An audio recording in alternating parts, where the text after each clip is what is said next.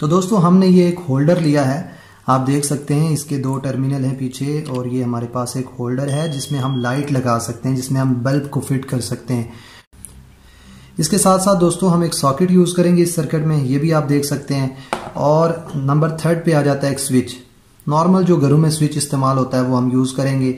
और ये बोर्ड है हमारे पास, इसको डिस्ट्रीब्यूशन बोर्ड कहते हैं, लेकिन ये आप छोटा भी इस्तेमाल कर सकते हैं जिसमें ये 3 चीजें फिट हो जाएं।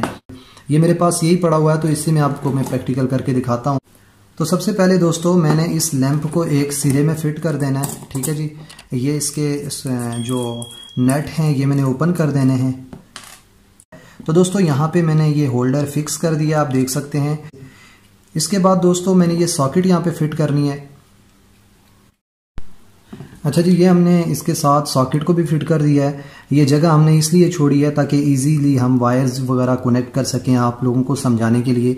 तो ये सॉकेट भी यहाँ पे फिट कर दिया है। इसके बाद ये आ जाता है जी स्विच हमारा, तो इस स्विच को भी हम यहाँ पे फिट कर देते हैं। तो दोस्तों यहाँ पे अब हमने तीनों चीजें यहाँ पे फिट कर दी हैं। अब हम इसका सर्किट बनाते हैं। तो सबसे पहले आप लोग सर्किट समझ लीजिए। दोस्तों ये हमारे पास हम एक वायर यूज कर रहे हैं, ये आप देख सकते हैं, ये थोड़ी सी लंबी वायर है जिसको हमने सॉकेट में लगाना है। सॉकेट में लगाने के बाद ये वायर आपकी आ जाएगी इस स्विच में। ये जो स्विच है, ये आपका स्विच लगा हुआ है, इस स्विच में आ जाएगी। तो सबसे पहले हम इसको यहाँ पे कनेक्ट कर देते हैं। तो दोस्तों स्विच के एक टर्मिनल में हमने ये वायर कनेक्ट कर दी, आप देख सकते हैं। और दोस्तों ये वायर हमने स्विच के दूसरे टर्मिनल पे कनेक्ट करनी है। तो दोस्तों आप देख सकते हैं, इसको हमने सबसे पहले हमने एक वायर यहाँ पे कनेक्ट की, उसके बाद दूसरे टर्मिनल पे हमने ये छोटी वायर कनेक्ट की, और इसको कनेक्ट करने के बाद हमने इसको फिर जो हमारी सॉकेट है, ये सॉकेट है, सॉकेट के एक टर्मिनल पे कनेक्ट कर देना है। तो दोस्तों आप देख सकते हैं कि हमने ये वायर स्विच के इस टर्मिनल से सॉकेट में कनेक्ट कर दी। सॉकेट के किसी भी एक टर्मिनल पे आप कनेक्ट कर सकते हैं। और उसके बाद सॉकेट के दूसरे टर्मिनल पे हमने एक और वायर कनेक्ट करनी है। इस वायर को यहाँ पे कनेक्ट करने के बाद हमने इसका जो दूसरा पॉइंट है, जो दूसरा एंड है, उसको लैंप के एक टर्मिनल के साथ कनेक्ट कर देना है।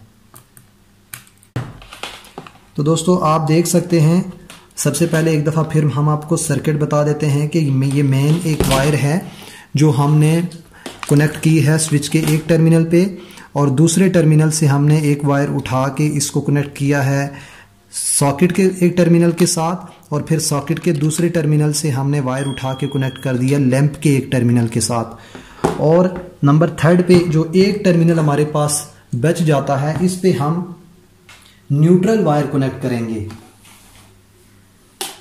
ये न्यूट्रल वायर जो हमने सॉकेट के साथ, जैसे ये फेज वायर हमने सॉकेट के साथ कनेक्ट करनी है, इसी तरह ये न्यूट्रल वायर भी हमने सॉकेट में लगानी है। तो इसको भी कनेक्ट कर लेते हैं।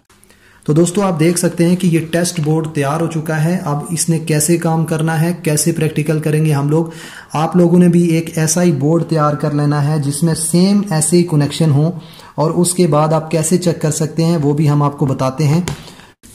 तो दोस्तों आप देख सकते हैं कि ये हमारे पास बोर्ड है, और ये इसकी पावर केबल है जो हमने आपको बताया था कि जैसे फेज और न्यूट्रल, इस फेज और न्यूट्रल को हमने यहाँ पे कनेक्ट कर देना है। ठीक है जी, यहाँ पे आप इसको कनेक्ट कर दीजिए। और इसके बाद हमने इस लैंप को इस होल्डर में लगा देना है दोस्तों। इसके बाद दोस्तों मैंने ये वायर बनाई है, आप ऐसी वायर बना लें।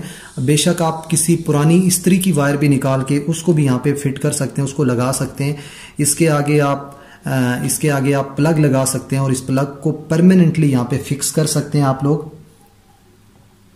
तो देखिए मैं इसको यहाँ पे लगा रहा हूँ। तो दोस्तों आप देख सकते हैं कि यहाँ पे इन दो वायर्स को, ये वायर्स हमने यहाँ पे सॉकेट में लगाई हुई हैं, और सॉकेट में लगाने के बाद ये बटन है, अगर बटन को ऑफ कर देंगे तो लैंप ऑन नहीं होगा, और जो ही बटन को हम ऑन करेंगे उसके बाद इन दो तारों को टच करते हैं तो लैंप ऑन हो रहा है। इसको हम टेस्ट लैंप कहते हैं। इसके ज़रिए से आप कोई भी वायर, कोई भी फ्यूज़, किसी भी किस्म के सर्किट को आप चेक कर सकते हैं इस टेस्ट लैंप के ज़रिए से। तो दोस्तों ये फ्यूज़ मैंने वहाँ से निकाल लिया, और इसके बाद मैं इसको चेक करना चाहता हूँ कि ये क्या ये फ्यूज़ सही है या नहीं है। वैसे नॉर्मली ये इस्त्री में से निकाला और इस्त्री 100% काम कर रही है। तो अब हम इसको चेक कर लेते हैं।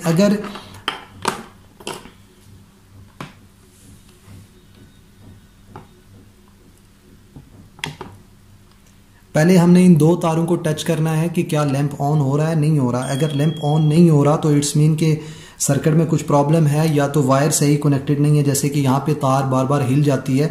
तो यहाँ पे ज़रूरी है कि आप प्लग बना के रखें, एक प्लग के ज़रिए से इन तारों को इस सॉकेट में कनेक्ट करें। इसके बाद मैंने फ्यूज़ के एक तरफ और फिर दूसरी तरफ लगाना है, तो देख सकते हैं कि हमारा फ्यूज़ जो है वो एक्यूरेट काम कर रहा है। ये देखें, इसका एक टर्मिनल ये है और दूसरा टर्मिनल ये है। तो अगर आपका फ्यूज़ ख़राब होगा, इसमें कोई प्रॉब्लम होगा, तो ये लाइट ऑन नहीं होगी। तो आप इस फ्यूज़ को इजीली चेक कर सकते हैं।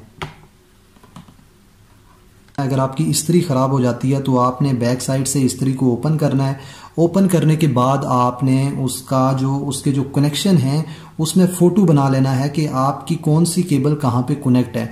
उसके बाद आपने उस केबल को खोल लेना है। खोल देने के बाद एज्यूम कर लें कि ये वाली केबल इस्त्री की केबल है। तो आपकी केबल अगर ख़राब होगी तो ये वाला लैंप ऑन नहीं होगा। अगर इस केबल को यहाँ से काट दें, कहीं से भी काट दें, तो ये लैंप ऑन नहीं होगा। तो आप इजीली देख सकते हैं कि आपकी इस्त्री की केबल ख़राब है या फिर आपकी इस्त्री का रॉड या कोई उसमें इंटरनल प्रॉब्लम है। तो केबल और फ्यूज़ आप इजीली चेक कर सकते हैं इस सर्किट से। दोस्तों आप चलते हैं मोटर की तरफ कि आप मोटर को कैसे चेक कर सकते हैं। मोटर के जब कवर को आप ओपन करते हैं तो आपको 3 वायर्स मिलेंगी। बारी बारी सबसे पहले इन दो के दरमियान, फिर इन दो के दरमियान और फिर इन दो के दरमियान इस लीड को आप टच करेंगे। अगर लैंप ऑन हो रहा है तो इट्स मीन मोटर की वाइंडिंग ठीक है। फॉर एग्जाम्पल आपने इस लीड को, ये जो लीड है, इसको आपने यहाँ पे टच किया तो लैंप ऑन हुआ, और उसके बाद आपने यहाँ पे टच किया लैंप ऑन हुआ, और उसके बाद यहाँ पे टच किया तो लैंप ऑन नहीं हुआ। तो इट्स मीन कि किसी वाइंडिंग में प्रॉब्लम है। तो आप उसको देख सकते हैं।